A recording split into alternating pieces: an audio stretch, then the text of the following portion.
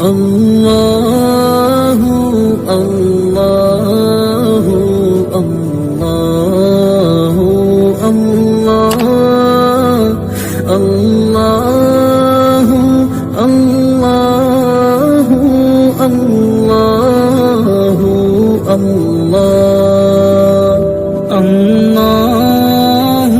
اللہ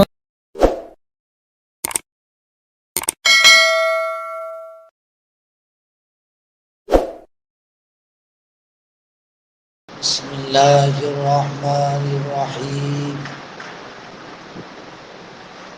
اللہم انا نحمدک ونستعینک الحمدللہ نحمده ونستعینه ونستغفره ونؤمن به ونتوکل علیہ ونعوذ باللہ من شرور انفسنا ومن سیئات اعمالنا من يهده الله فلا مضل له ومن يضلل فلا هادي له ونشهد ان لا اله الا الله وحده لا شريك له ونشهد ان سيدنا وسندنا وشفيعنا وحبيبنا ومولانا محمدا عبده ورسوله صلی اللہ تعالی علیہ وعلا آلہ واصحابہ وازواجہ وذریاتہ اجمعین اما بعد اعوذ باللہ من الشیطان الرجیم بسم اللہ الرحمن الرحیم ادعوا ربکم تضرعا وخفیہ إنه لا يحب المعتدين وقال النبي صلى الله عليه وسلم يكون قوم يعتدون في الدعاء والطهور أو كما قال عليه الصلاة والتسليم صدق الله العلي العظيم وصدق رسوله النبي الكريم ونحن على ذلك لمن الشاهدين والشاكرين والحمد لله رب العالمين.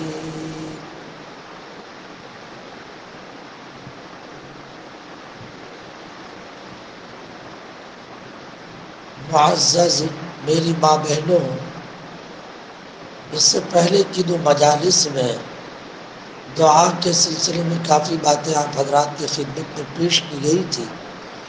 آج بھی دعا ہی کا مضمون پیش کر رہا ہوں.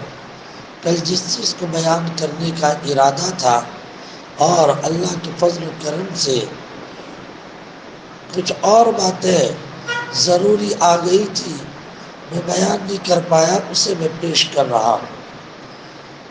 اللہ پاک نے مجھے اور آپ کو ایسا دین اور ایسا مذہب عطا فرمایا کہ اس میں ہر چیز کا ادب بتلایا گیا.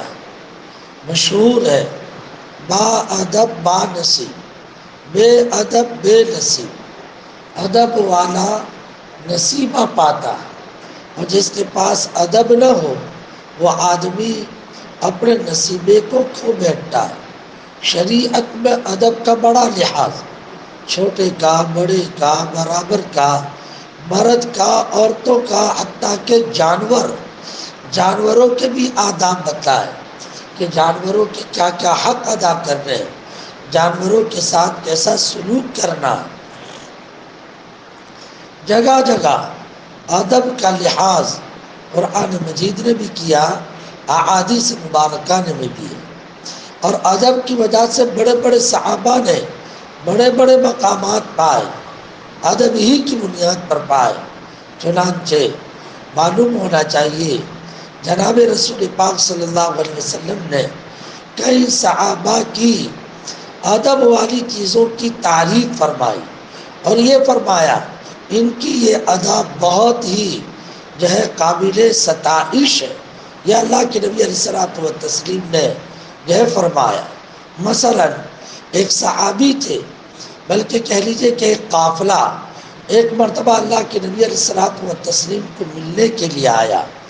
اور یہ آئے تھے یمن سے، آئے یمن سے، اور یہ لوگ آ کر مدینہ پاک میں اترے۔ ایک دو آدمی نہیں تھے بلکہ قافلے میں تقریباً 10 سے زیادہ افراد تھے۔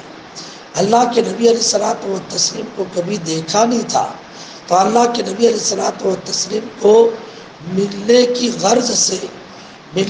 غرض سے جیسے ہی مدینہ پاک میں پہنچے، اونٹنیوں کو ان لوگوں نے بالکل ویسے ہی چھوڑ دیا، سامان بھی نیچے رکھ دیا۔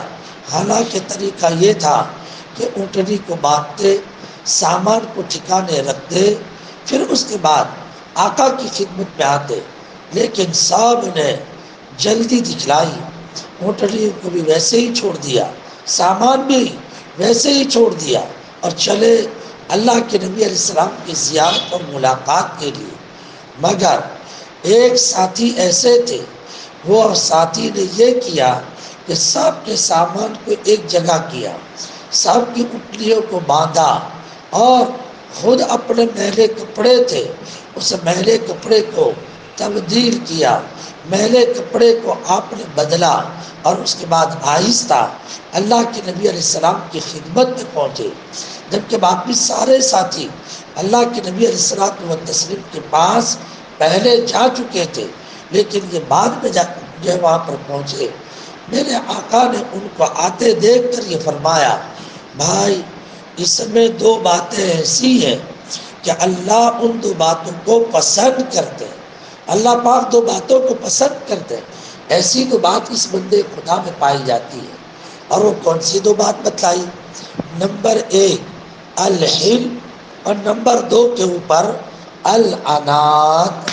حلم کا مطلب یہ ہے برداشت کرنا، جی، صبر سے کام کرنا، بے صبرا بے قرار نہیں بننا، جیسا کہ انہوں نے بے صبرا پنا نہیں دکھلایا بلکہ صبر سے کام لیا کہ اطمینان سے جائیں گے۔ تو ایک تو ہے حلم، نمبر 2 کے اوپر جو ہے اخلاق۔ انات کا مطلب ہے باوقار رہنا، اپنے کپڑے کو صحیح کیا، اور کپڑے کو صحیح کرنے کے بعد اللہ کے نبی علیہ السلام کی خدمت میں پہنچے۔ اس پر وہ صحابی خوش ہوئے، اور یہ فرمایا اللہ کے رسول صلی اللہ علیہ وسلم، یہ دونوں باتیں جو میرے اندر ہے، یعنی یہ اخلاق جو ہے اعلیٰ اخلاق، ایک ہے برداشت، نمبر 2 کے اوپر باوقار جانا۔ میں آپ سے یہ پوچھنا چاہتا ہوں کہ یہ دونوں باتیں اللہ پاک نے میرے اندر جو رکھی ہے وہ پہلے ہی سے رکھی ہے؟ فرمایا جی ہاں، پیدائشی طور پر اللہ پاک نے یہ رکھی ہے۔ دیکھیں میری ماں بہنوں، ادب بہت بڑی بات ہے، جی، اسی لیے آئینہ دیکھنے کی دعا میں یہ بتلایا، اے اللہ ڈھانچہ اچھا بنایا، ڈھانچہ اچھا بنایا، اخلاق بھی اچھے بنا دے۔ ہاں، اللہم انت احسنت خلقی فاحسن خلقی، اے اللہ تو نے میرا ڈھانچہ اچھا بنایا، اخلاق بھی تو اچھے بنا۔ جی، حضرات صحابہ کرام جب جاتے تھے اللہ کے نبی علیہ الصلوۃ والتسلیم کے ساتھ، تو ہمیشہ اس کی فکر کرتے ہم پیچھے رہے اور اللہ کے نبی آگے رہے، ہم پیچھے اللہ کے نبی آگے۔ جی، سواری پر ہو تب بھی اس کا لحاظ، سواری پر ہو تب بھی اس کا لحاظ۔ ہاں، چنانچہ ایک مرتبہ سفر میں آقا صحابہ کے ساتھ تھے، حضرت عمر بھی تھے، عمر کے بیٹے عبداللہ بھی تھے۔ تو حضرت عبداللہ جس اونٹنی پر تھے وہ اونٹنی تھوڑی جری تھی، جری، تو وہ اونٹنی کا حال یہ ہوا کہ وہ زیادہ تیز بھاگتی تھی، بہت زیادہ تیز بھاگتی تھی، اور سب سے آگے بڑھ رہی تھی۔ حضرت عمر نے بیٹے سے کہا، بیٹا اللہ کے نبی کے آگے نہیں چلا جاتا، اللہ کے نبی کے آگے نہیں چلا جاتا۔ ہاں میری ماں بہنوں، آج بچے آتے اپنے کہتے ہیں، ارے میرے استاد جا رہے تھے، میں استاد کی گاڑی کے آگے میں نے اپنی سائیکل دوڑا دی، اپنے خوش ہوتے ہیں۔ حالانکہ اس موقع پر کہنا چاہیے، بیٹا یہ تو غلط کیا کہ تو نے استاد کے آگے جو ہے اپنی گاڑی کر دی، استاد کے آگے گاڑی نہیں، استاد کے پیچھے اپنی گاڑی ہونی چاہیے۔ جی، با ادب با نصیب، بے ادب بے نصیب۔ دعا بہت بڑی عبادت ہے، اس دعا کے بھی آداب ہے، دعا کے بھی آداب ہے۔ وہ آداب کیا ہے؟ 2-3 ادب پیش کر رہا ہوں۔ نمبر 1، دعا عاجزی کے ساتھ مانگنی چاہیے۔ دعا عاجزی کے ساتھ، بہت بے قراری کی کیفیت ہونی چاہیے۔ اس طرح سے دعا نہیں مانگے جیسے کہ بعض مانگنے والے اس طرح سے مانگتے جیسے اللہ پاک کو آرڈر دے رہے ہو کہ اللہ تجھے ایسا کرنا چاہیے۔ نہیں، غلط ہے۔ اللہ تو بہت بڑے ہیں، اللہ کے سامنے عاجزی دکھلانی چاہیے۔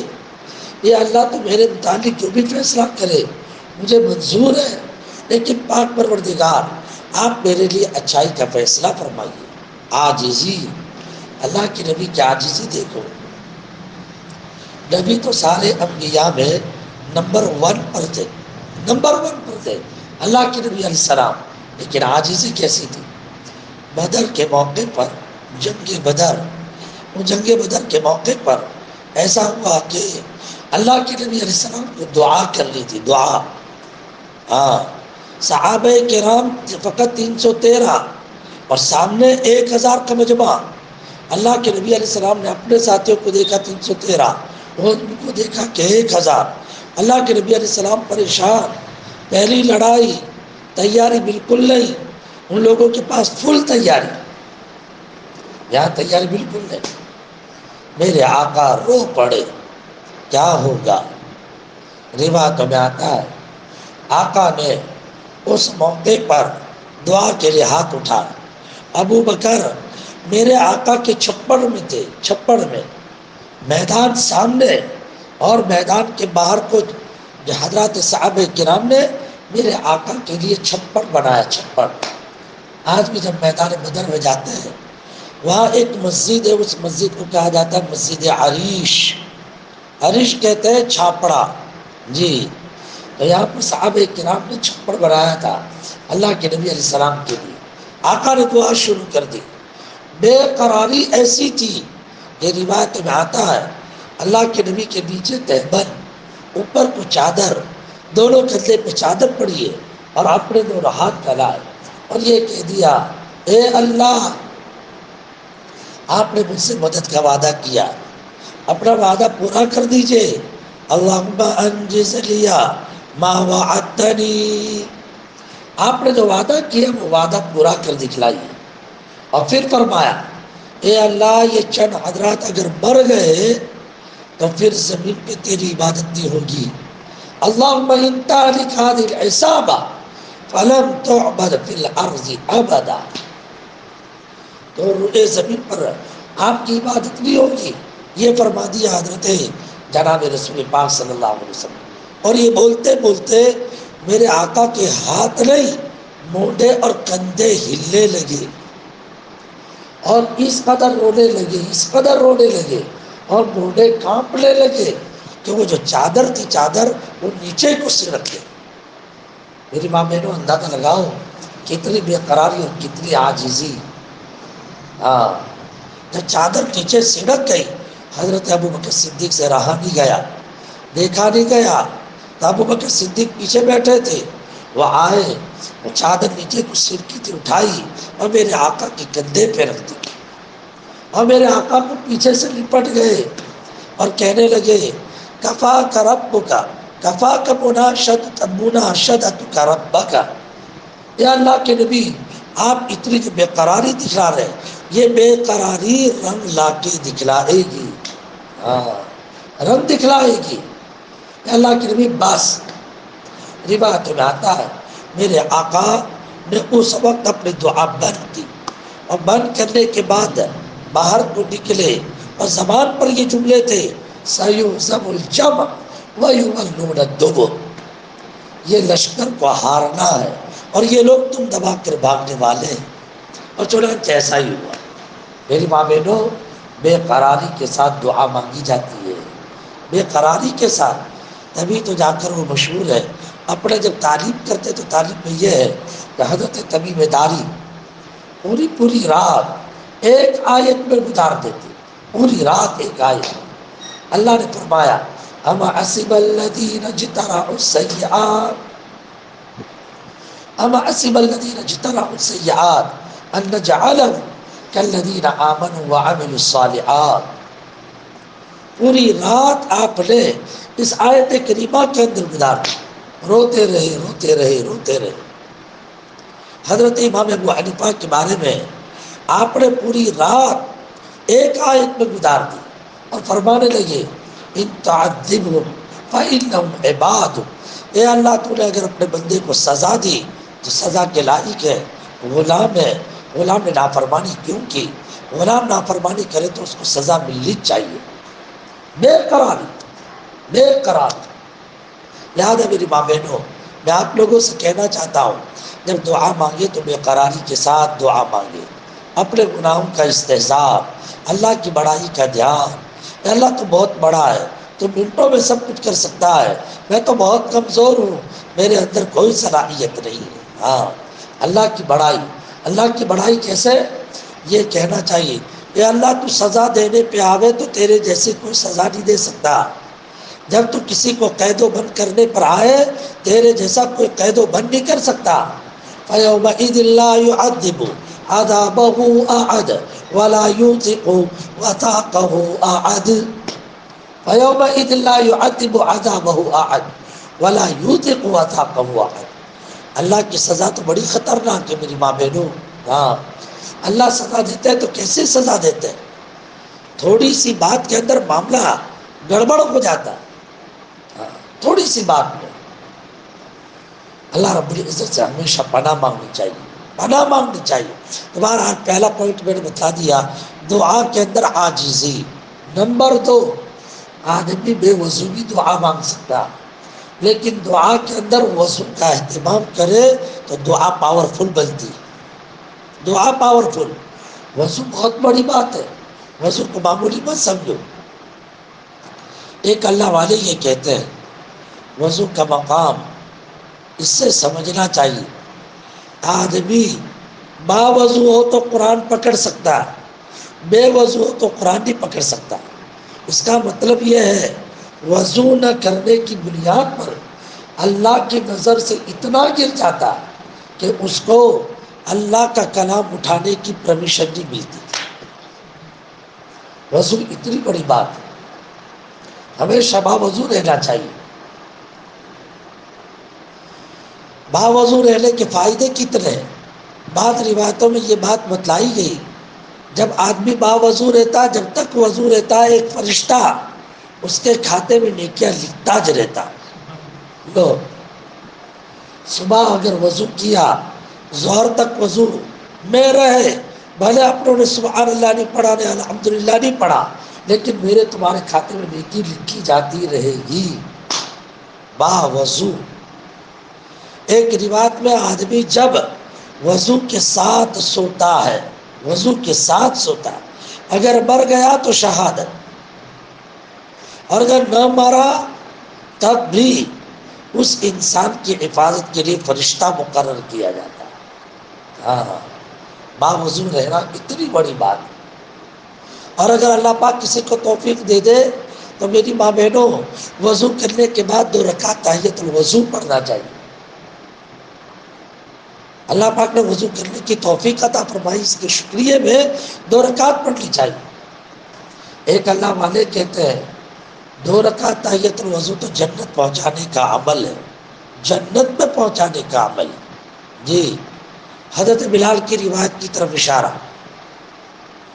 اللہ کے نبی علیہ السلام ایک مرتبہ رات کو سوئے تو دیکھا میں جنت میں ہوں، نے مجھ سے آگے حضرت بلال کی آواز سنائی دے رہی. تو میرے آقا نے پوچھا بلال تیرا کون سا عمل ہے کہ میں نے آج تجھے جنت میں پایا؟ فرمایا اللہ کے رسول میں کون، میرا عمل کیا؟ ہاں، بڑے کے سامنے ڈیگ نہیں مارنی چاہیے. یاد رکھے میری ماں بہنوں، بڑے کے سامنے ڈیگ نہیں مارنی چاہیے، آج اسی دکھلانی چاہیے. یہاں پر انہوں نے کہا اللہ کے رسول مجھے تو کوئی ایسا عمل سمجھ میں نہیں آتا. فرمایا نہیں بتلاؤ کوئی عمل ہے تمہارا. جب بہت اصرار ہوا تو فرمایا اللہ کے رسول اور تو کچھ نہیں، لیکن میری ایک عادت ہے، اور وہ عادت یہ ہے دن رات میں جب کبھی میں وضو بناتا ہوں تو وضو کرنے کے بعد 2 رکعت تحیۃ الوضو ضرور پڑھتا ہوں. میرے آقا نے کہا بس یہی عمل. اس عمل نے تجھے جنت میں پہنچا دیا، اتنا آسان عمل ہے۔ ہاں، 2 رکعت تحیۃ الوضو پڑھنا چاہیے۔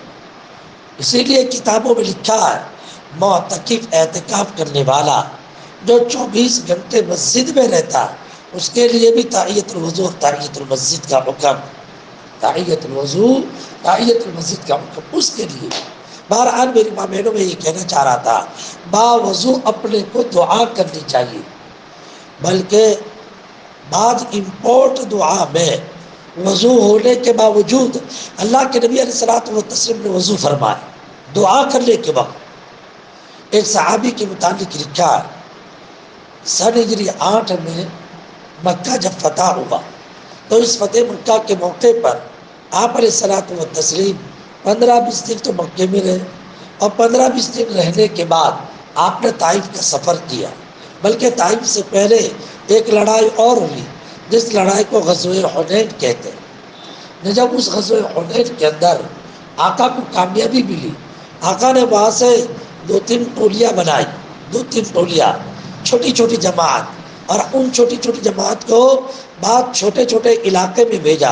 ان میں سے ایک علاقہ علاقہ اوطاس، وہاں پر اللہ کے نبی علیہ السلام نے ابو موسیٰ اشعری کے چچا کو بھیجا جن کا نام تھا ابو عامر، ان کو بھیجا اور فرمایا کہ اس علاقے میں جا کے تم جہاد کر کے آؤ۔ ابو عامر گئے اپنے ساتھیوں کو لے کر، اتفاق کی بات دورید ابن سمہ کر کے بہت بڑا لیڈر تھا، اس کے ساتھ مقابلہ ہوا اور مسلمان جماعت کو کامیابی ملی۔ لڑائی کے دوران ایک عجیب بات پیش آئی، ابو عامر یعنی ابو موسیٰ اشعری کے چچا، یہ کمانڈر تھے، یہ امیر تھے، ایک دشمن نے تیر مارا، تیر لگا تو کہاں لگا معلوم ہے؟ ہڈی میں لگا، ہڈی میں تیر لگی تو بہت زیادہ خطرناک ہے۔ ہم اور آپ بھی اپنے مکان کے اندر چلتے چلتے جب اگر ہڈی کے اندر کوئی چیز ٹکرا جاتی ہے تو کتنی چوٹ محسوس کرتے ہیں، زبردست چوٹ لگی ہڈی میں۔ اب ہڈی میں تیر گھسا تو بہت خطرناک گھسا، بات وہ اپنا پاؤں پکڑ کے بیٹھ گئے۔ اتنے میں ابو موسیٰ اشعری وہ لشکر میں ہی تھے، انہوں نے دیکھا کہ چچا بیٹھ گئے، قریب آئے، فرمایا چچا کیا ہوا؟ فرمایا یہ تیر لگا۔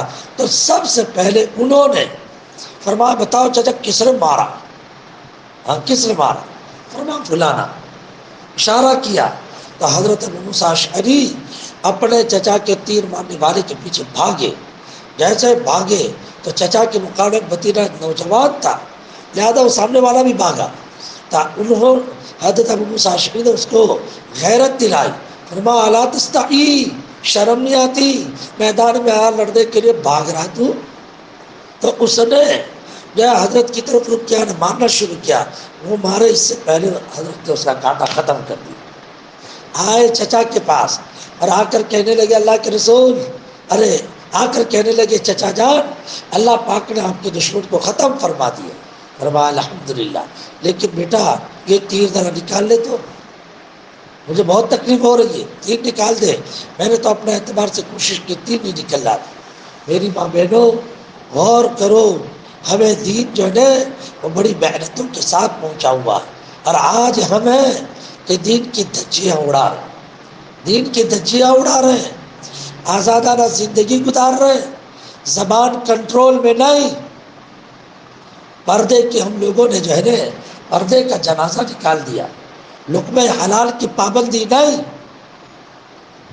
نمازوں کی پابندی نہیں، شریعت مطہرہ کی باتوں کو مذاق۔ ایک عورت کو عورت ہو کے رہنا چاہیے، کس طرح سے رہنا چاہیے کچھ عطا پتہ نہیں۔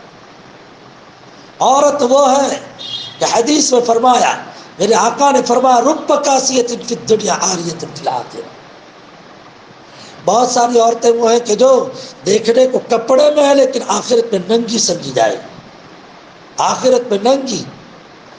آج مذاہب پردے میں ہوتی ہے لیکن پردے میں ہونے کے باوجود بے پردگی ہوتی ہے۔ ہاں، موبائل اپنے ہاتھوں میں، موبائلوں کے ذریعے سے خلوتوں میں باتیں چیت کرنا، یہ کہاں کی سمجھے کہ نہیں پردگی ہے؟ کہاں کا پردہ ہے یہ؟ چھڑے چوک پردوں میں رہ کر اگر ہم اور آپ موبائلوں کو استعمال کریں ایک عورت ہو کر، یہ پردہ، یہ بے پردگی ہے، یہ بے پردگی ہے۔ قرآن نے تو اصل پردہ یہ بتلایا، وَقَرْنَ فِي بُيُوتِكُنَّ وَلَا تَبَرَّجْنَ تَبَرُّجَ الْجَاهِلِيَّةِ الْأُولَىٰ، اپنے قبروں میں پڑی رہو، اپنے قبروں میں پڑی رہو۔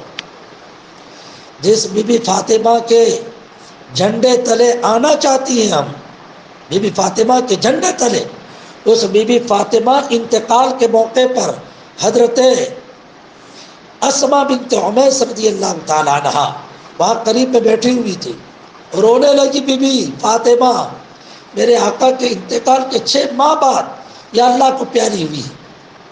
آقا کی بڑی محبوبہ تھی، بڑی محبوبہ، جب آتی تھی اللہ کے نبی کھڑے ہو جاتے تھے پیاری بیٹی کو دیکھ کر، ہاتھ لے کر بوسہ دیتے تھے میرے آقا، اور کہتے تھے مرحبا بابنتی، پیاری بیٹی تیرا آنا مبارک ہو۔ جب اللہ کے نبی سفر سے آتے مسجد میں جانے کے بعد بیگمات کے گھر پہ نہیں جاتے تھے، پہلے سب سے پہلے بیٹی کے مکان پہ جاتے تھے۔ روزانہ آقا نواسوں کو دیکھنے کے بہانے اپنی بیٹی کے مکان پہ جاتی تھی۔ وہ بی بی فاطمہ انتقال کے موقع پر، میرے آقا کے انتقال پہ عجیب کیفیت، آپ ہی لوگوں نے تو پڑھا ہوگا، حدیث سناتا ہے سب ازواج تھی وہاں پہ، لیکن آقا نے وہ سرگوشی، کان میں منہ ڈال کے بات کرنا، وہ سرگوشی کس کے ساتھ فرمائی؟ عائشہ کے ساتھ نہیں، حفصہ کے ساتھ نہیں، جویریہ سودا کے ساتھ نہیں، بیٹی کو بلایا، کان میں کچھ کہنے کہا، رونے لگی، پھر کہا کان میں تو ہنسنے لگی۔ عائشہ نے پوچھا کیا کہا ابا جی نے؟ فرمایا یہ تو راز کی بات ہے، اگر یہ سب کو کہنے کی بات ہوتی تو آپ نے سب کے سامنے کہتے، بتایا نہیں۔ انتقال ہوگا تب جا کر اصرار کیا تو فرما دیا، پہلے میں یہ بتلایا بیٹی اب میں دنیا سے جا رہا ہوں، لیکن بیٹی گھبرانا مت، میرے گھر والوں میں سے سب سے پہلے آ کر مجھے وہاں پہ تو ملنے والی۔ 6 مہینے میں اللہ کو پیاری ہو گئی، 6 مہینے میں۔ اور لکھا ہے کہ دوسری مرتبہ میں یہ فرمایا، آقا نے فرمایا بیٹی گھبرا مت، جنت کی عورتوں کی سردارن تو بننے والی۔ یہ اللہ کے نبی علیہ السلام سے فرمایا، اس پر مسکرا اٹھی، اس پر مسکرا اٹھی۔ روایت مختلف طرح کی ہے کہ پہلی مرتبہ میں میرے آقا نے اپنے موت کی خبر دی، نے دوسری مرتبہ میں جو جنت کی سردارن ہونے کی خبر دی۔ نبی جی کے انتقال کا بڑا صدمہ لگا بی بی فاطمہ کو، کیا کہنے لگی؟ روایت میں آتا ہے کہنے لگی واہ کربا، واہ کربا، ہائے مصیبت، الا جبریل ننعا، جبریل کو میرے آقا کی میرے ابو کے انتقال کی خبر دیں گے۔ جب حضرت انس دفن کر کے آئے تو حضرت انس سے کہا، بیٹی نے فرمایا اطابت انفسکم، تمہارے دل نے کیسے گوارا کیا کہ نبی جی کے جسم مبارک پر مٹی ڈالے، تمہارے دل نے کیسے گوارا کیا؟ حضرت انس کیا بول سکتے تھے؟ بالکل خاموش۔ اللہ کے نبی علیہ الصلوۃ والتسلیم کی تکلیف برداشت نہیں ہوتی تھی۔ ہاں، انہوں نے وہ شعر پڑھا تھا اللہ کے نبی علیہ الصلوۃ والتسلیم پر، جو حضرت مولانا عمر صاحب پالن پوری رحمۃ اللہ علیہ بہت پڑھتے تھے۔ صبت علی مصائب لو انہا صبت علی الایام سرن لیالیا، میرے اوپر آج ایسی مصیبت آئی ہے، ارے اگر یہ مصیبتوں کو جمع کر کے اگر دین پر، دین کو، یہ دین جو روشن ہے، اس دین پر اگر رکھ دیا جائے تو دین دن نہ رہے، دن اندھیرا بن جائے، تاریک رات بن جائے۔ صبت علی الایام سرن لیالیا، لیکن پھر اپنے دل کو تسلی دینے کے لیے بولتی تھی، کیا کہتی تھی؟ ماذا علی من شم تربت احمدی، ماذا علی من شم تربت احمدی اللہ یشم مد الزمان غوالیا، ہاں، جس نے اگر اللہ کے نبی احمد صلی اللہ علیہ وسلم کی قبر کی مٹی کو ایک مرتبہ سونگھ لیا، زندگی بھر کوئی خوشبو نہ سونگے تو چلے۔ ماذا علی من شم تربت احمدی اللہ یشم مدى الزمان غوالی۔ وہ کم بخت عقبہ بن ابی معیط نے میرے آقا کے پیٹھ پر، جب کہ آقا سجدے میں تھے، جب ڈال دی اوجھ، عبداللہ بن مسعود دیکھ رہے تھے، لیکن عبداللہ بن مسعود کی ہمت نہیں تھی کہ وہ آ کر اوجڑی کو میرے آقا کی پیٹھ سے نکالے، ان کی ہمت نہیں تھی، لہذا وہ خاموش دیکھتے رہے، لیکن بے قرار، میرے آقا کی پیٹھ پر، یہ تو میرے آقا مصیبت میں، تو اب کیا کروں؟ گئے سیدھے نے بی بی فاطمہ کو جا کر اطلاع کر دی، ارے بی بی اس طرح کی بات ہوئی، آئی فاقبلت جویریۃ تسعی، چھوٹی سی بچی تھی، آئی اپنے ابا کا جو حال دیکھا، اپنے ابا کا حال دیکھ کر رو پڑی، اور آ کر انہوں نے سب سے پہلے اپنی کونی کو استعمال کیا اور زور لگایا، اونٹ کی اوجھ ایک زور لگا کر آپ نے اس اوجھڑی کو پیٹھ کے نیچے ڈال دیا، اور پھر اتنا ہی نہیں بلکہ ان لوگوں کو برا بھلا کہنے لگی۔ یہ ہے بی بی فاطمہ، جس نے ابا کی اتنی تکلیف، سمجھے تکلیف ہٹانے کے اندر ایسی ایسی محنتیں کی، اس بی بی فاطمہ کے جھنڈے تلے رہنا چاہتی ہے، اس لیے کہ یہ بی بی فاطمہ تو جنت کی سردار ہوئی نے، اور ہمیں کہ ہر ایک یہ چاہتی ہے کہ ہم جنت میں جاویں، تو بی بی فاطمہ کے جھنڈے تلے، اس بی بی فاطمہ کے پردے کا حال میں آپ لوگوں کو سنانا چاہتا ہوں۔ انتقال کے موقع پر اسماء بنت عمیس سے کہنے لگی، اسماء میرا انتقال تو ہوگا، اب میں جانے والی ہوں، لیکن مجھے یہ چیز بہت چبھتی ہے کہ جب میں مر جاؤں، غسل ہو، کفن ہو، اور چارپائی کے اوپر رکھ کر جب مجھے لے جایا جائے، تو اس زمانے کے اندر وہ چارپائی کھلی رہتی تھی، چارپائی کھلی اوپن چارپائی نہ، اس پر میت، تو اگر جب میت کا جسم تو ڈھکا رہتا لیکن اس کا آکار تو نظر آتا ہے نا، آکار، ہاں، تو کہہ دیا وہ اس طرح سے میرے بدن کی ہیئت نظر آئے گی، میں نہیں چاہتی کہ میرے بدن کی ہیئت نظر آوے، میں یہ نہیں چاہتی۔ اسماء بنت عمیس نے جب بیٹی اور شہزادی کا یہ دکھڑا سنا تو فرمایا، بیٹی فکر کرنے کی ضرورت ہے، میں تجھے ایک چیز بتاؤں، میں وہاں پہ تھی، انہوں نے چونکہ حبشہ کی ہجرت کی تھی، میں حبشے میں تھی نا، حبشے میں میں نے ایک بہت اچھی چیز دیکھی، تو آج کل جو ہم لوگ قبر جنازے میں دیکھتے ہیں اوپر کو جو چھپر ڈالتے ہیں، اس طرح کا چھپر لکڑیوں کے ذریعے سے بنا کر بتلایا، فرما ایسا وہ لوگ ڈالتے ہیں، بس ایسا انتظام کر لیں گے، فرما ہاں ہاں یہ بات بہت صحیح ہے، یہ بات بہت صحیح ہے، بات میرے جنازے میں اس کا اہتمام کرنا، اور نصیحت فرمائی، اور یہ کہہ دیا اسماء جلدی سے دفن کر دینا، کسی کے آنے کا انتظار مت کرنا، جلدی سے دفن، رات کے اندھیرے میں، انتقال رات میں ہوا، رات ہی کے اندر دفن کر دی گئی، اور جنازہ اٹھا تو اس شان کے ساتھ اٹھا کہ وہ جنازے کے اوپر وہ چھپڑ پڑا ہوا تھا، روایتوں میں یہ بات لکھی ہے، سب سے پہلا جنازہ جس کے اوپر چھپڑ پڑا ہو وہ حضرت بی بی فاطمہ رضی اللہ تعالیٰ عنہ کا جنازہ تھا، بی بی فاطمہ کا جنازہ تھا۔ میری ماں بہنوں، پردہ اسے کہتے ہیں، پردہ اسے کہتے ہیں، ہاں، اللہ مجھے اور آپ کو با پردہ رہنے کی توفیق عطا فرمائے۔ میری ماں بہنوں، میرا تمہارا زیور ہے پردہ ہونا، پردہ زیور ہے، ہاں، اللہ باتوں کو سمجھنے کی توفیق عطا فرمائے۔ اس بات کو یاد رکھے، اللہ کے نبی علیہ الصلوۃ والتسلیم نے پردے کا بڑا لحاظ فرمایا، رب کاسیۃ فی الدنیا عاریۃ فی الآخرہ، یہاں میرے سامنے علماء موجود ہے، بخاری شریف کی حدیث میں یہ لفظ، یہ الفاظ آقا نے کب استعمال کیے وہ میں آپ کو بتلاؤں، کب استعمال کیے۔ آقا نے پوری رات تہجد کی نماز پڑھی، ام سلمہ کا مکان تھا، ام سلمہ کے مکان میں آقا نے تہجد کی نماز پڑھی، اس رات میں اللہ پاک نے نبی جی کو بتلایا دنیا میں فتنے اتنے آنے والے کہ کتنے فطرے اترنے والے، سارے فطروں کی تفصیل بتلائی، اور آئندہ چل کر خزانے کتنے میری امت کو ملنے والے ہیں، یہ سب میرے آقا کو بتلایا۔ تو آقا، وحی تو کبھی بھی آ سکتی تھی، تہجد وحی آئی، اللہ کے نبی علیہ الصلوۃ والتسلیم نے تہجد پڑھنے کے بعد ام سلمہ وہ بھی جاگ اٹھی۔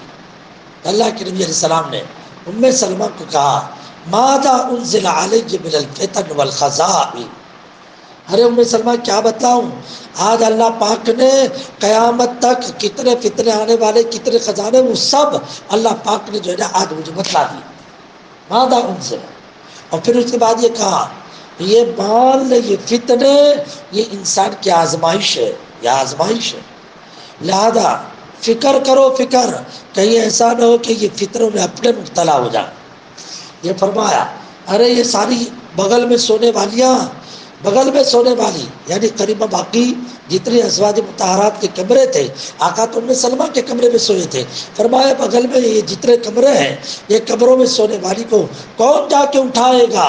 ایقظوا صواحب الحجر، یہ جتنے کمرے میں سونے والیاں ہیں اس کو جا کے اٹھاؤ، اللہ کی اتنا بڑا فیصلہ ہوا ہے، تو اس فیصلے میں دعا کے ذریعے سے اپلیکیشن دو، اپلیکیشن دو کہ اللہ ان فتنوں سے ہماری حفاظت فرما۔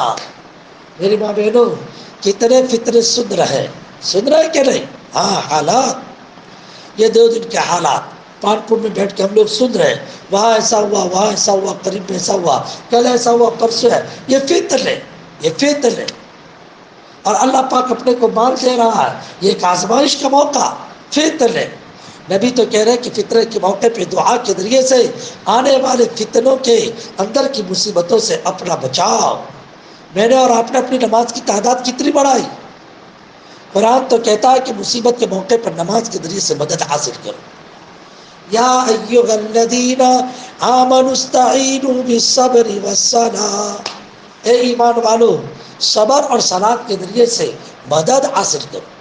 روایت میں آتا ہے کہ حضرت عبداللہ ابن عباس رضی اللہ تعالیٰ عنہ سفر فرما رہے تھے، اچانک خبر پہنچی، ایک قاصد آیا اور قاصد نے آ کر یہ بتلایا کہ حضرت آپ کے بیٹے کا انتقال ہوا، آہو بابیلا نہیں کیا، آپ نے فوراً سواری سے نیچے اتر کر اللہ اکبر نماز شروع کر دی۔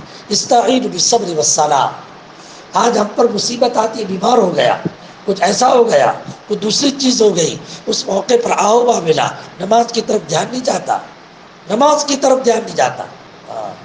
کل ہی رات ایک صاحب آئے، انہوں نے اپنے ایک حالت بتلائی، میں سنتا رہا، پھر آخر میں نے ان سے یہ کہا دیکھو ایک نماز پڑھو، ایک نماز پڑھو، وہ نماز پڑھو گے اللہ پاک آپ کو مصیبت سے دور کر دے گا۔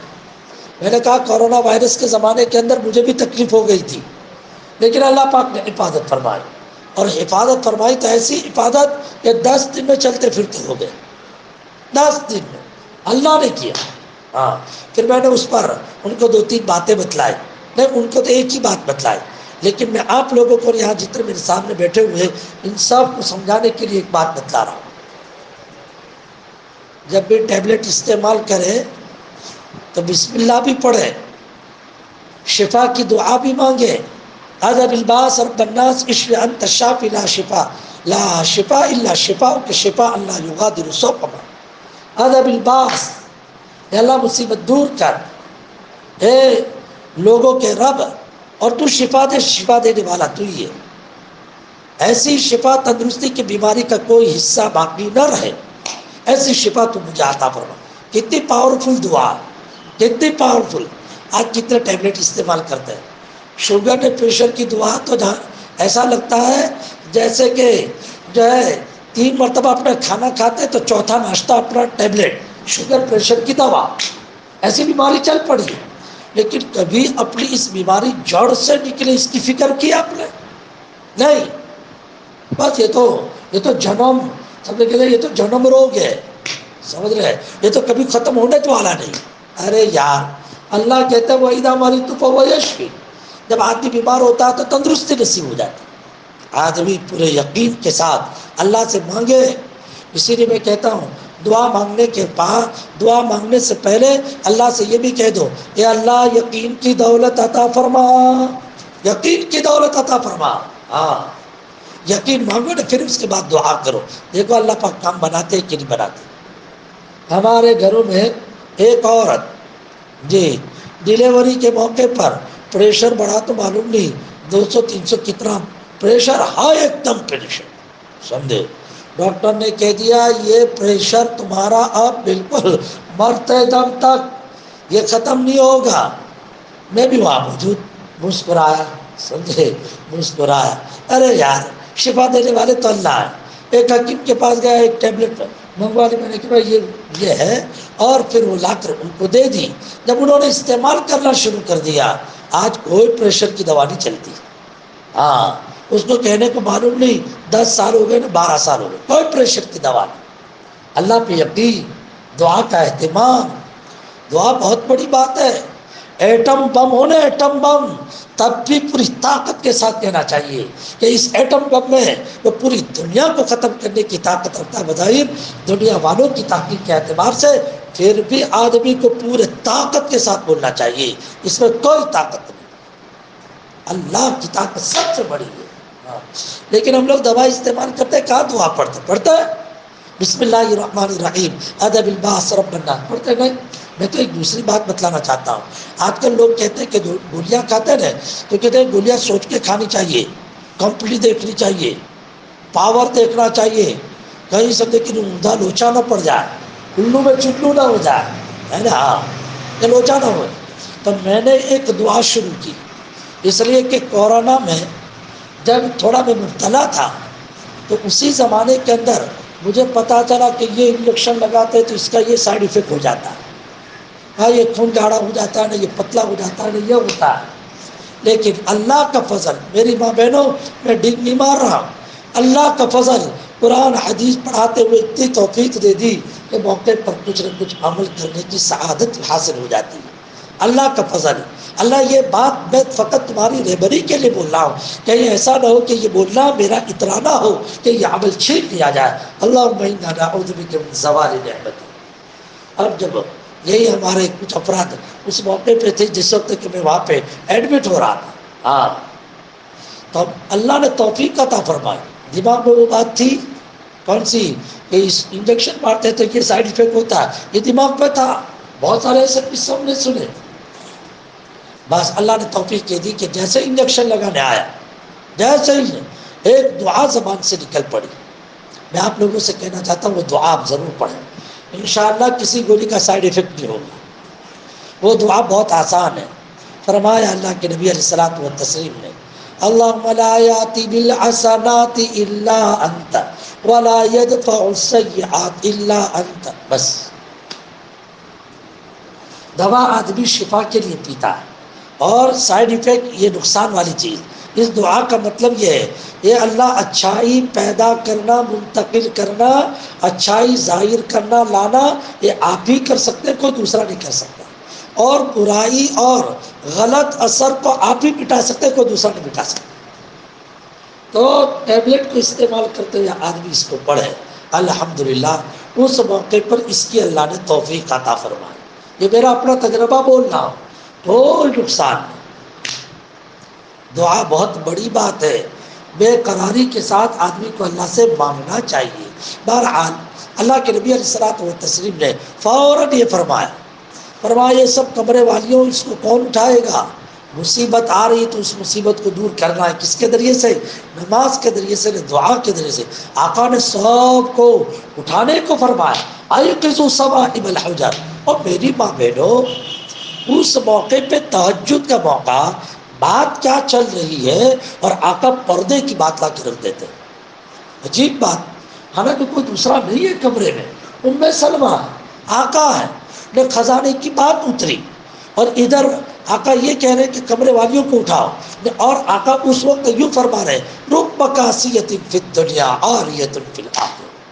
اس کا ترجمہ یہ ہے, بہت سارے کپڑے پہننے والیاں ایسا کپڑا پہنتی ہے کہ آخرت میں وہ ننگی سمجھی جائے گی. اس کا تعلق پردے کے ساتھ. یہ اس وقت پردے کی بات آقا نے رکھی. معلوم یہ ہوا کہ آقا نے یہ فرمایا ان فتنوں میں کا ایک مہا فتنہ وہ بے پردگی ہے. مال آنے کی وجہ سے عیاشیاں آئے گی, عیاشیاں. لہٰذا میری ماں بہنوں جو فکر کرنی چاہیے, ہم پردے میں اچھی لگتی ہے, پردے میں اچھی لگتی ہے. ہاں گھروں میں حتیٰ امکان اپنا آکار بھی کسی کو نظر نہ آوے, اس کا خیال کرنا چاہیے, اس کا خیال کرنا چاہیے. جی ہاں. بہرحال میں تو یہ بات بتانے جا رہا تھا, باوضو باوضو، اور بھی ممکن ہے کوئی بات رہ گئی ہو، لیکن باوضو کی بات کہہ رہا ہوں کہ یہ اس پر بات چلی کہ حضرت ابو موسیٰ اشعری رضی اللہ تعالیٰ عنہ تو چچا نے یہ کہہ دیا بیٹا یہ جو ہے نا اندر کو تیر گھسا تو اس تیر کو نکال، تیر کو نکال۔ تیر جو نکالا میری ماں بہنوں تو پانی نکلا، تیر کا ادھر نکلنا تھا کہ اندر کے جو پانی تھا ہڈی کا وہ نکلا، اور ہڈی کا پانی نکلا یعنی صاف صاف۔ اسی لیے تو لوگ کہتے ہیں کہ ہڈی کا پانی نہیں نکلوانے کا، بات بیماری ایسی ہوتی جس میں ہڈی میں سے پانی نکالا ہے، وہاں کہ یہ نہیں نکالنے کا، یہ ہر کسی کے لیے جیسے صحیح نہیں ہوتا، تو ہڈی کا پانی نکلا، نزا منہ الماء، پانی اچھلا اچھل کر نکلا۔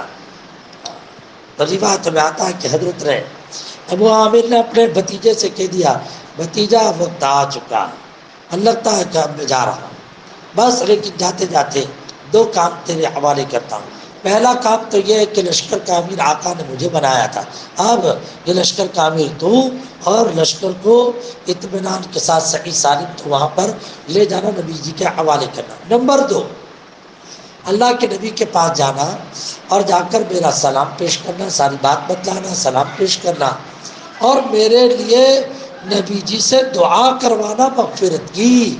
واہ، مغفرت کتنی امپورٹنٹ چیز ہے۔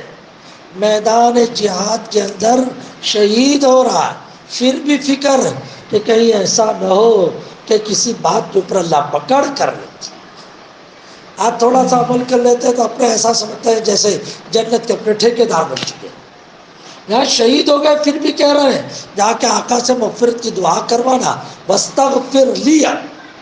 کہتا ہے کہ حضرت ابو موسیٰ اشعری یہاں ان کے چچا کا انتقال ہو گیا، دفن وفن کرنے کے بعد بڑھے گئے وہاں پہ آقا کی خدمت میں، لشکر حوالے کیا، اور اس کے بعد یہ فرمایا اللہ کے رسول چچا کا انتقال ہو چکا، سلام کہا، آقا نے علیہ وآلہ السلام فرمایا۔ اس کے بعد کہا اللہ کے رسول چچا نے درخواست کی ہے آپ ذرا دعا فرما دیں، دعا فرما دیں، مغفرت کی دعا۔ اوہ، آقا تو باوضو تھے، لیکن اس کے باوجود میرے آقا نے فرمایا بھائی وضو کا پانی لے کے آؤ، میں یہ بات بتانا چاہ رہا ہوں، وضو کا پانی لے کر آؤ۔ چنانچہ وضو کا پانی لایا گیا، جب وضو کا پانی آیا تو فتوضا رسول اللہ صلی اللہ علیہ وسلم، اس کے بعد میرے آقا نے ہاتھ اٹھائے، روایت میں آتا ہے کیونکہ بڑی لجاجت کے ساتھ دعا کی درخواست کی تھی، تو ہاتھ اتنے لمبے اٹھائے کہ میرے آقا کے بغل کی سفیدی نظر آنے لگی، اور اس وقت میرے آقا نے فرمایا اللہم اغفر لعبیدک ابی عامر، اے اللہ تیرا بندہ عبید، تیرا چھوٹا بندہ ابو عامر، اس کی مغفرت فرما، وجعل فوق کثیر من الناس، اور اے اللہ نہیں، اللہم اغفر لعبید ابی عامر، ابو عامر کو معاف فرما، اور اے پاک پروردگار وادخلہ مدخلا کریما، یا اللہ ان کو جنت کے اندر ٹاپ جگہ کے اوپر داخل فرما، ٹاپ جگہ میں داخل فرما۔ تو حضرت ابو موسیٰ اشعری کہتے ہیں چچا کے لیے دعا جو ہونے لگی، ایک تو وضو کرنا، نمبر 2 ہاتھ بہت لمبے کرنا، اور نمبر 3 کے اوپر لجاجت کے ساتھ دعا مانگنا، تو میرے منہ میں بھی پانی آنے لگا۔ تو میں نے کہا اللہ کے رسول چالو دعا میں کہہ دیا اللہ کے رسول یہ عبداللہ کے لیے بھی طرح دعا کر دے۔ ابو موسیٰ ان کا اپ نام تھا، اصل عبداللہ ابن قیس نام تھا، یا اللہ کے رسول میرے لیے بھی ذرا دعا ہو جائے، میرے لیے بھی دعا ہو جائے۔ تو چنانچہ میرے آقا نے فرمایا اے اللہ یہ عبداللہ ابن قیس کے بھی گناہ معاف فرما، اور اس کو بھی بہت سارے جنتیوں میں اونچے لیول کا مقام عطا فرما دے۔ یہ ایک حدیث تھی جو میں نے آپ لوگوں کے سامنے پیش کی۔ مجھے اصل یہ بات بتلانی تھی کہ باوضو آدمی کو دعا کرنی چاہیے، اور میں امید رکھتا ہوں جب بھی دعا کرنے کے لیے بیٹھے تو وضو کا اہتمام کریں، لیکن یہ یاد رکھیں وضو کرنا شرط فرض نے واجب نہیں ہے۔ ہاں، چلتے چلتے بھی آدمی دعا کر سکتا ہے، ایام اپنے معذوری کے ایام ہے تو اس میں بھی دعا کر سکتا ہے، لیکن اگر وضو کرے تو زیادہ بہتر اللہ کی نظر میں آدمی آتا ہے۔ یہ 2 بات میں نے آپ کے سامنے آداب میں سے پیش کی۔ ایک تیسری بات میں آپ لوگوں کے سامنے پیش کرنا چاہتا ہوں، اور وہ یہ ہے کہ جب دعا مانگو تو فقط دنیا کی مت مانگو، دین دنیا دونوں کی مانگو، دین دنیا دونوں کی مانگو۔ ہاں، دیکھو قرآن مجید کے اندر آیت ہے، بعض لوگ دعا مانگتے ہیں ربنا آتنا فی الدنیا، یا اللہ مجھے دنیا دے دے، لیکن فقط دنیا مانگنے والے کو وما لہ فی الآخرۃ من خلاق، آخرت میں کچھ نہیں ملتا۔ لیکن جو آدمی یہ دعا مانگے اس سے اللہ بہت خوش، یا اللہ دنیا میں بھی اچھائی، آخرت میں بھی اچھائی، اور جہنم سے پناہ تو عطا فرما، ربنا آتنا فی الدنیا حسنہ وفی الآخرۃ حسنہ وقنا عذاب النار۔ اس کو اللہ پاک نے جو ہے نا تعریف کی شکل میں پیش کیا۔ ایک اللہ والے بڑے اچھے انداز سے کہتے ہیں، فرمایا بھائی دنیا تو آٹومیٹک آنے والی ہے، اگر اپنے کسی کو کہہ دیں گلاس لا گلاس، تو ضروری نہیں ہے کہ گلاس مانگا تو پانی بھی دے دے، خالی گلاس بھی دھر سکتا ہے، معلوم نہیں حاجی صاحب کو کیا کام ہے تو سیدھا گلاس دے دے، لو گلاس مانگا تو لو گلاس لے لو، سمجھیے۔ لیکن اگر کسی کو کہا کہ ذرا پانی لا، تو جگ ہماری کر کے بھی پانی کے ساتھ وہ گلاس تو آنے والا ہے، بات سمجھ میں آ رہی؟ ہاں، تو گلاس صرف مانگے آدمی تو صرف گلاس جائے گا، پانی نہیں آ سکتا، لیکن پانی مانگا تو پانی کے ساتھ گلاس ضرور آئے۔ میری ماں بہنوں، دین کو مانگنا گویا پانی مانگنا، پانی مانگنا، تو دین کا مانگو۔ اور اس وقت دیکھو میری ماں بہنوں، بہت ضروری ہے، بہت ضروری ہے دین مانگنا۔ یہ مت سمجھو کہ ہم نماز پڑھ لیتی ہے، ذرا حساب لگا لو نماز کتنی دھیان سے ہوتی ہے، جبکہ اللہ کے نبی یہ فرماتے ہیں توجہ جب نماز میں نہیں ہوتی تو کالے کپڑے میں لپیٹ کے مار دی جاتی ہے چہرے پر۔ ہم لوگ سمجھتے ہیں کہ ہم لوگ جو ہے وہ تسبیحات پڑھتے ہیں، لیکن ہماری تسبیحات کا یہ حال کہ ذرا برابر بھی تسبیح میں دھیان نہیں، پوری تسبیح ختم ہو جاتی ہے، ایک مرتبہ بھی اللہ کا دھیان نہیں ہوتا۔ یہ اور بات ہے کہ اللہ والے دل کو سمجھانے کے لیے کہتے ہیں ہاں بھائی چلو دھیان نہیں ہے تب بھی تو زبان تو کم از کم اللہ کے نام میں لگی، وہ بھی ہے، لیکن جان تو جانت کہلاتی ہے، جان اللہ کو یاد کرنے کا مطلب کیا؟ اللہ کا دھیان ہونا چاہیے، اللہ کا دھیان ہونا چاہیے۔ اس لیے میری ماں بہنوں میں آپ سے یہ کہنا چاہتا ہوں کہ اللہ سے مانگو، اے اللہ تیرے نیک بندے بندیوں نے جیسی عبادت کی ایسی عبادت کرنے کی توفیق عطا فرما۔ اسی لیے میں نے شاید یہاں بیان کیا یا کہیں پر بیان کیا، وہاں میں نے یہ کہا کہ ہر فرض نماز کے بعد ایک دعا پڑھنے کو فرمایا، اللہم اعنی علی تلاوت القرآن وذکرک وشکرک وحسن عبادتک۔ اے اللہ تو مجھے تلاوت ذکر شکر کرنے میں مدد فرما، لیکن چوتھے نمبر پر کیا فرمایا؟ حسن عبادتک، اچھی عبادت، صرف عبادت نہیں فرمایا، اچھی عبادت۔ اور اچھی عبادت کسے کہتے ہیں معلوم ہے؟ حدیث میں آتا ہے ان تعبد اللہ کانک تراہ، ایسی عبادت کرنے کی کہ اپنے یہ سمجھے عبادت کرتے ہوئے اللہ میاں میں اللہ کو دیکھ رہی ہوں، اور اگر یہ پوزیشن ہو تو اتنا سمجھو اللہ میاں مجھے دیکھ رہا۔ ہاں، لہٰذا ایک بات میں نے آپ لوگوں کے سامنے یہ رکھی کہ دعا مانگے تو دین دنیا دونوں کی دعا مانگنی چاہیے۔ اب آخری بات کہہ کر اپنی بات تو میں ختم کر دیتا ہوں، اور وہ بات یہ ہے میری ماں بہنوں، دعا کرتے ہوئے ساری چیز مانگنے کی، بڑی چیز بھی اللہ سے نہیں، چھوٹی بھی اللہ سے، بڑی بھی اللہ سے نہیں، چھوٹی بھی اللہ سے۔ ہاں، حضرت موسیٰ علیہ السلام کے متعلق مشہور ہے کہ چھوٹی چیز بھی اللہ سے مانگی نے، بڑی بھی بڑی بھی اللہ سے نے، چھوٹی بھی اللہ سے۔ دنیا میں سب سے بڑی چیز اللہ میاں کی زیارت، دنیا میں کیا کائنات کی سب سے بڑی چیز، کائنات کی، دنیا نے آخرت دونوں میں سب سے بڑی چیز اللہ کی زیارت۔ اسی لیے قرآن مجید کے ایک آیت جس میں اللہ نے یہ فرمایا للذین احسنوا الحسنی وزیادہ، اچھے کام کرنے والوں کے لیے اچھائی اور زیادتی بھی۔ تو وہاں علماء نے لکھا ہے کہ اچھے کام کرنے والوں کے لیے اچھائی، اس اچھائی سے مراد جنت، لیکن زیادہ بھی، تو کہا زیادہ سے کیا مراد ہے؟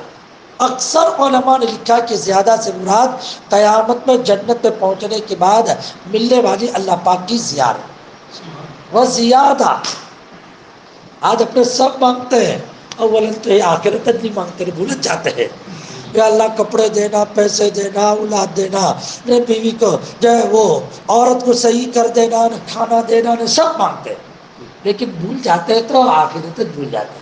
ارے میری ماں بہنوں سنو، میری زبان سے آخرت کے مانگنے کی چیزیں، پہلی آئٹم مانگو، اے اللہ ایمان پہ موت دینا، قابل رشک موت دینا، پھر قبر علا، اے اللہ قبر کے عذاب سے بچانا، اے اللہ نے کرین کے سوالات آسان کرنا، اے کریم آقا قبر کو کشادہ کرنا۔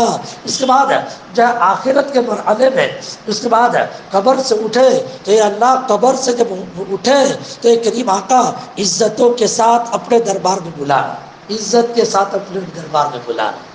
یہ بھی بہت بڑی بات ہے، عزت کے ساتھ دربار میں لائے۔ حساب کتاب تو بعد میں ہے، عزت کے ساتھ اللہ کے دربار میں۔ اس لیے کہ بعضوں کے بارے میں یہ بات لکھی ہے، بعضوں کے بارے میں یہ بات لکھی ہے کہ قیامت میں یہ سب مرسیڈیز نہیں ہوگی، یہ پرانے جانور، لیکن عجیب طرح سے یہ پرانے جانوروں کی اسپرٹ جو ہے نا، یہ اس وقت کی مرسیڈیز سے 1000 گنا بڑھ کے بختی اونٹ ہوگی، بختی اونٹ نہیں، وہ بختی اونٹ جو ہوگی وہ گوشت کی نہیں بلکہ ہیرے جواہرات کی، پار ہوں گے اونٹ کے۔ قبر کے پاس جو باعزت عورت ہوگی، جس نے بہت کام کیا ہوگا دنیا کے اندر، قبر سے اس کو بختی اونٹ کے اوپر عزتوں کے ساتھ سوار کرایا جائے۔ جیسے ممکن ہے آپ لوگوں نے کبھی کسی سے سنا ہو، دیکھا ہو، ایک ملک کا پرائم منسٹر دوسرے ملک میں جاتا ہے نا، تو وہ دوسرے ملک والے بڑا اس کا احساس کرتے ہیں، وہ جو ہے نا پلین سے نیچے اترتا ہے تو لال جھاجم بچھاتے ہیں، پھر گاڑی بہت بھاری آتی ہے، پھر سمجھے وہ اندر لے جانے سے پہلے تو اس کو ٹوپوں کی سلامی دی جاتی ہے۔ ہاں، حضرت کو تو نیچے پاؤں رکھنے نہیں دیتے، سمجھے، ایسا استقبال، یہ استقبال کچھ بھی نہیں، کھاک میں، سمجھے، کچھ بھی نہیں وہ تو استقبال تو اپنے انشاءاللہ فرشتے کریں گے، سمجھ رہے ہو، سلام علیکم طبتم فادخلوها خالدین۔ ہاں، تو وہاں پہ لکھا یہ کہ بعد نیک کام کرنے والے قبر سے جب اٹھیں گے تو قبر کے پاس ایک دم یہ بختی اونٹ تیار ہوگی، ہیرے جواہرات والی، سجی ہوئی، آگے پیچھے فرشتے ہوں گے، نہیں یہ کہا جائے گا اے اللہ کی بندی، اے اللہ کے بندے سوار ہو جا، نہیں بختی اونٹ پلیٹ کی طرح اڑے گی، نہیں سیدھے اللہ میاں کا دربار جو وہاں پہ ہوگا وہاں جا کر کے سمجھ رہا یہ ہوگا۔ اس میں ایک عمل آپ لوگوں کو بتلا دوں، وہ عمل یہ ہے کہ بعض کو قبر سے جب اٹھایا جائے گا تو یہ کہا جائے گا اے اللہ کے محبوب کھڑا ہو یا حبیب اللہ، یا اگر عورت ہے اللہ کی نیک بندی یا حبیبت اللہ، کھڑی ہو، عزت کے ساتھ پکارا جائے گا یا حبیبت اللہ، یا حبیب اللہ۔ ورنہ کچھ ایسے بھی بیچارے بدقسمت ہوں گے، قبر سے اٹھیں گے سود کھانے کی بنیاد پر، گانڈے اٹھیں گے، گانڈے، پاگل، ہاں پاگل۔ میں نے کہتا قرآن صاف لفظوں میں تیسرے پارے میں بولنا، الذین یاکلون الربا لا یقومون الا کما یقوم الذی یتخبطہ الشیطان من المس۔ بعض لوگوں کے اوپر جنات سوار ہو جاتا نا تو کہتا ہے حاضری آئی، حاضری آئی، یہ بولتے رہتے ہیں، جنات سوار ہو جاتا تو وہ ایسا گانڈا گانڈی وہ اس طرح سے ہو جاتا۔ فرمایا کہ جو سود کھاتے ہیں تو وہ قبر سے اٹھیں گے اسی طرح سے، گانڈے بن کے اٹھیں گے۔ الامان والحفیظ، اللہ ہم سب کی حفاظت فرمائے میری ماں بہنوں۔ ہاں، اللہ سے دعا کرنی چاہے، اے اللہ بری موتوں سے، نے برے حشر سے اللہ تو ہماری حفاظت فرما۔ ہاں، تو بعد میں کس طرح کے ہوں گے، لیکن بعد وہ ہوں گے کہ مفتی اونٹ آئے گی۔ تو اب میں آپ لوگوں کو ایک عمل بتلانا چاہتا ہوں، اور وہ عمل وہ کہ اگر آپ نے اس کا اہتمام کیا تو انشاءاللہ مفتی اونٹ پر سوار کر کے یہ کہتے ہوئے قم یا حبیب اللہ، اے اللہ کے محبوب اونٹ، یہ کہتے ہوئے اپنے کو لے جایا جائے۔ اور وہ عمل کون سا؟ بہت آسان عمل ہے، سورہ اخلاص 100 مرتبہ پڑھنا، 100 مرتبہ سورہ اخلاص پڑھنا، اتنا آسان عمل ہے کہ نہیں؟ ارے سورہ اخلاص تو بہت پاور والا عمل ہے، بہت پاور۔ اب مطلب میرے پاس کوئی میاں بیوی کے جھگڑے کا مسئلہ آتا ہے تو میں یہ کہتا ہوں کہ ایک دوسرے کو قل ہو اللہ پڑھ کے بخشو، ایک دوسرے کو قل اللہ پڑھ کے بخشو. ہاں اس میں محبت ہے، محبت. ایک صحابی بہت قل اللہ پڑھتے تھے، تو کسی نے جا کر آقا کو کہہ دیا، فرمایا آقا نے بولا ہمیں تو بہت قل اللہ پڑھتا ہے. فرمایا اللہ کے رسول اس میں چونکہ اللہ کی صفت کا بیان، اللہ کا تعارف کرایا گیا، مجھے اللہ سے محبت ہے، اس لیے مجھے اس جو ہے سورت سے محبت ہے. میرے آقا نے فرمایا حبک ایاہ ادخلک الجنہ، اس سورت کے ساتھ کی محبت تجھے جنت میں داخل کر کے رہے. بات سمجھ، اس سے محبت ہے، محبت. قل اللہ 3 مرتبہ پڑھے تو ایک قرآن ختم، 10 مرتبہ پڑھے جنت میں ایک محل تیار، جنت میں ایک محل تیار. میری ماں بہنوں اس وقت آپ سن رہی ہو نا، بیٹھی بیٹھی پڑھ لو تو جنت میں محل تیار. ہاں کرنے والے ایسے بھی کرتے ہیں.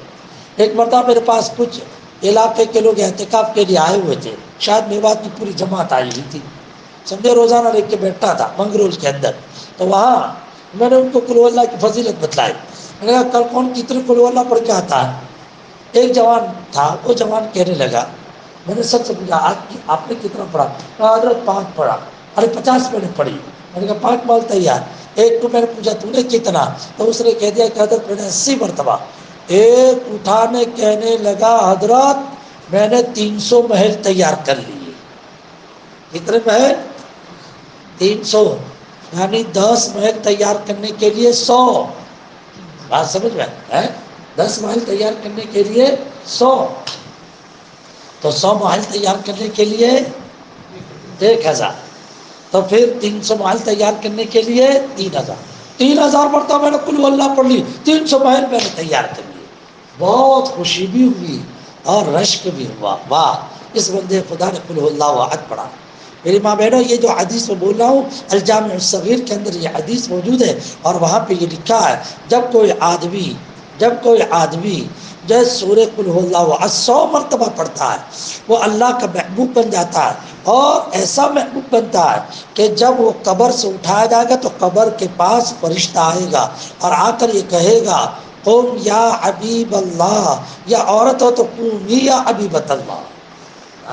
اے اللہ کے محبوب اٹھ. میں یہ سمجھتا ہوں کہ جتنے ہماری ماں بہنیں سن رہی ہے سب کے دلوں میں تڑپ کے جی اللہ پاک اپنے کو ایسا مقام عطا فرمائے. ہاں اللہ پاک ہر بندے مسلم کو، مرد ہو کہ عورت ہو، اللہ ہر ایک کو یہ چیز عطا فرمائے. لیکن ضرورت ہے کہ ہم اور آپ عمل کے میدان میں آوے. بہرحال مجھے آپ لوگوں سے یہ کہنا تھا بڑی چیز بھی اللہ سے نے، چھوٹی بھی اللہ سے. ہاں تو سب سے بڑی دولت کون سی؟ سب سے بڑی دولت اللہ میاں کے چہرے کی زیارت. ہاں اللہ کے چہرے کی زیارت. اور سب سے چھوٹی چیز وہ تھا اپنے اپنے اعتبار سے ہوتی ہے. موسیٰ علیہ الصلوۃ والتسلیم کے بارے میں قرآن مجید میں کہ جب مصر سے فرعون کے وارنٹ کی بنیاد پہ بھاگے مدین میں آئے، مدین میں شعیب علیہ السلام رہتے تھے. وہاں پر جو شعیب علیہ السلام کی 2 بیٹیاں تھیں، ان میں سے ایک بیٹی صفورہ کے ساتھ حضرت کی شادی ہوئی. مگر دوڑ کے بھاگ کے جو ادھر آئے چوراہے پہ، کوئی جاننے پہچاننے والا نہیں تھا. نہ حضرت نے دعا مانگی. کیا مانگی؟ دعا یہ مانگی رب، تھکے ہوئے تھے حضرت، دوڑ چلے آئے تھے پیدل، کوئی سواری وواری کچھ نہیں، ٹینشن میں اتنے تھکے ہوئے، اور کھانا پینا کچھ بھی نہیں. اس لیے کہ جس وقت خبر سنائی کہ فرعون والے تمہیں قتل کرنے کا ارادہ رکھتے ہیں اسی وقت آپ چل دی. تو لکھا یہ کہ چوراہے پہ آئے، آ کر اللہ کے دربار میں کہہ رہے رب انی لما انزلت الی من خیر فقیر. اے پاک پروردگار آپ جو بھی خیر اتار دیں میں اس کا محتاج ہوں. یہاں علماء نے لکھا ہے کہ حضرت سب مانگ رہے تھے لیکن سب سے پہلے روٹی چاہ رہے تھے. کیا چاہ رہے تھے؟ سب سے پہلے روٹی. ظاہر کی بات ہے روٹی تو چاہیے تھے. روٹی ہوگی تو طاقت، نہ طاقت ہوگی تو کام. ہاں سب بات ہے. تو کہا کہ روٹی، لیکن اللہ نے نظام بنایا تو کیسا نظام بنایا؟ فقط روٹی کا نہیں بنایا، روٹی بنانے والی کا انتظام اللہ پاک نے فرما دیا. یہ پورا قصہ بنا. یہ قصہ ایسا بنا کہ جس کی وجہ سے شادی ہو گئی حضرت صفورہ کے ساتھ. یہ چھوٹی چیز کا مطالبہ. اور کوہ طور پر گئے، کوہ طور پر اللہ نے بلایا سمجھے، اور یہ کہہ دیا وہاں آ جانا، وہاں پر ہم آپ کو کتاب دیں گے. جیسے کوہ طور پر پہنچے تو دیکھا اللہ میاں بات کر رہے، تو انہوں نے کہا اللہ میاں بات جو کر رہے تو پردے سے اللہ کی آواز تو سنائی دے رہے، اللہ پاک کا چہرہ نہیں۔ ہاں، لاڈ میں آئے موسیٰ نے موسیٰ علیہ الصلوۃ والتسلیم نے کہا رب ارنی انظر الیک، اے پروردگار تو مجھے اپنا پردے کو ختم کر کے اپنا وجود دکھلا دے تاکہ جی بھر کے میں تجھے دیکھتا رہوں۔ لیکن دنیا کی یہ آنکھیں اللہ کی زیارت نہیں کر سکتی، اس میں طاقت نہیں ہے، سمجھ رہے ہیں؟ اس لیے لاڈلے کو سمجھایا اے میرے محبوب لن ترانی، مجھے نہیں دیکھ سکتا، اور میں تجھے یہ سمجھا رہا ہوں، میری بات سمجھ میں نہیں آئے گی، دیکھ میں اپنی ذات نہیں، اپنی ذات کا فوکس میں پہاڑ پہ مار رہا ہوں، پھر دیکھ پہاڑ کا کیا حال ہوتا ہے۔ لن ترانی ولکن انظر الی الجبل، پہاڑ کو دیکھ۔ میں حضرت اللہ پاک نے اپنی ذات کی ایک روشنی کا فوکس جو پہاڑ پہ مارا، فلما تجلی ربہ للجبل جعلہ دکا، تو پہاڑ ریزہ ریزہ ٹکڑے ٹکڑے ہو گئے کپچی۔ ہاں، جعلہ دکا وخر موسیٰ صاعقا، نے موسیٰ علیہ السلام بھی بے ہوش ہو کے کہیں پہ گر گئے۔ بات سمجھے؟ ہاں، تب افاقہ ہوا، فلما افاق، تب کہنے لگے سبحانک تبت الیک، اے اللہ تیری ذات پاک ہے، میں نے غلط مطالبہ کیا۔ لیکن ایک مرتبہ مانگ تو لیا کہ نہیں؟ یہ اور بات ہے کہ اللہ نے سمجھا دیا کہ جی تیری یہ مانگ اس وقت نہیں پوری ہو سکتی، یہی سے سمجھنا چاہیے۔ ہم دعا مانگتے ہیں، بعض مرتبہ دعا قبول نہیں ہوتی، ارے دعا قبول نہیں ہوتی یہ مت کہو، دعا تو قبول ہوتی ہے، لیکن وہ مانگ اس وقت نہیں دی جاتی، اس لیے کہ وہ محل نہیں ہوتا، وہ مانگ وہ چاہت آپ کی اس وقت پوری کرنے کے مناسب نہیں ہے، اللہ پاک اس کو جمع کر دیتے ہیں، وہاں پہ دیتے ہیں۔ میری ماں بہنوں بس یہ کہنا چاہ رہا تھا کہ چھوٹی چیز بھی اللہ سے مانگو، بڑی بھی اللہ سے مانگو۔ اور ایک بات اور تھی لیکن وقت ہو گیا، لہٰذا میں اپنی بات کو ختم کر رہا ہوں، اور وہ بات یہ ہے مقبول بندوں کے ذریعے سے دعا کراؤ۔ مقبول بندوں کے ذریعے سے انسان کو دعا کرانا چاہیے۔ جب انسان مقبول بندوں کے ذریعے سے دعا کراتا ہے تو اللہ پاک دعا کو اور زیادہ پاورفل بناتا ہے۔ روایت میں آتا ہے صحابیات نبی کی خدمت میں چھوٹے چھوٹے بچے کو لے کر پہنچتے تھے اور یہ کہتے تھے اللہ کے رسول میرے بیٹے کے لیے دعا کر دے، میرے بیٹے کے لیے دعا کر دے۔ آقا الگ الگ طرح کی دعا کر دیتے تھے، کسی پہ یوں کر کے ہوئے کہ ہاتھ پھیرا تو 94 سال کی عمر ہوئی لیکن اس کے باوجود ایک بال بھی سفید نہیں ہوا۔ حضرت صاحب بن یزید ایک بال بھی سفید نہیں ہوا، ہاں ہاتھ پھیر دیتے تھے اللہ کے نبی علیہ السلام۔ تو یہ میں کہہ رہا ہوں کہ مقبول بندوں کے ذریعے سے دعا، مقبول بندوں کے ذریعے سے دعا، جی یہ کرنا چاہیے۔ آپ اپنی سوسائٹی کے اندر دیکھیں کہ جی فلانی عورت جو ہے بہت نماز صلاۃ کی پابند، تو کبھی ان کے پاس جب جاوے تو سچے دل کے ساتھ جانا چاہیے، ہاں سچے دل کے ساتھ جا کے ان کے پاس بیٹھے اچھی باتیں کریں، پھر اس کے بعد کہ بس میں تو اس لیے آئی تھی کہ آپ میرے لیے دعا کر دو، آپ میرے لیے دعا کر دو۔ اور صحیح بات یہ کہہ رہا ہوں، میرا اپنا تجربہ ہے، بہت سارے ہم سے ملتے ہیں اور کہتے ہیں کہ دعا کرنا وہ ایک رسم ہوتی ہے، کہتا نا دعا میں یاد رکھنا 1000 مرتبہ دن میں بولتا ہے، لیکن کسی کو بھی اس کے مطابق دعا کرنے کی توفیق نہیں ہوتی۔ میں اسی رمضان کے سفر کی بات کر رہا ہوں، آج میرا 10واں دن ہے۔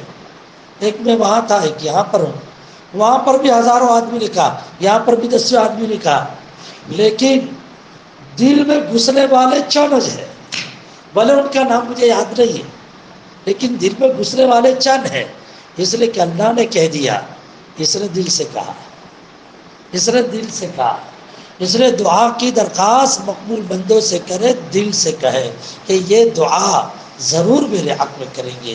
اللہ پاک کہنے سننے سے زیادہ عمل کی توفیق مجھے بھی عطا فرما، حضرات کو بھی۔ بس 3 باتیں بتلائی، عاجزی کے ساتھ دعا کریں، باوضو دعا کریں اور چھوٹی بڑی چیز اللہ سے مانگے. اور یہ بات بھی میں نے بتلائی، دین کی بھی مانگے، دنیا کی بھی مانگے. پھر میں نے آخرت کی مانگنے کی چیزیں آپ لوگوں کو بتانی شروع کی تھی، لیکن شاید تھوڑی ادھوری رہ گئی. ان میں سے قبر کی بات میں نے بتلائی کہ قبر، اے اللہ قبر کو کشادہ کرنا، قبر کے عذاب سے بچانا، لیکن کے سوالات آسان کرنا. جب میدان میں آوے تو اے اللہ میدان میں عزت کے ساتھ مجھے رکھنا، ذلت کے ساتھ مت رکھنا. اے اللہ میرے سیدھے ہاتھ میں نام عمل دینا. اے اللہ پل صراط میں گزرنا آسان فرمانا. اے اللہ تیرے ساتھ اس حالت میں ملے ہوں کہ تم مجھ سے خوش، میں آپ سے خوش. اے اللہ تیرے عرش کا سایہ عطا فرمانا. اے اللہ نبی کی شفاعت عطا فرمانا. اے اللہ نبی کا پڑوس یعنی جوار عطا فرمانا. اے اللہ نبی کے ہاتھوں جام کوثر عطا فرمانا. اے اللہ جنت الفردوس میں داخل کرنا. اے اللہ بلا حساب داخل کرنا. اے اللہ جنت الفردوس میں اعلیٰ سے اعلیٰ مقام عطا فرمانا. یہ سب مانگنے کی چیزیں ہیں. اللہ اپنے کو دل لگا کر اس رمضان مبارک میں مانگنے کی توفیق عطا فرمائے. آمین. وآخر دعوانا ان الحمد للہ رب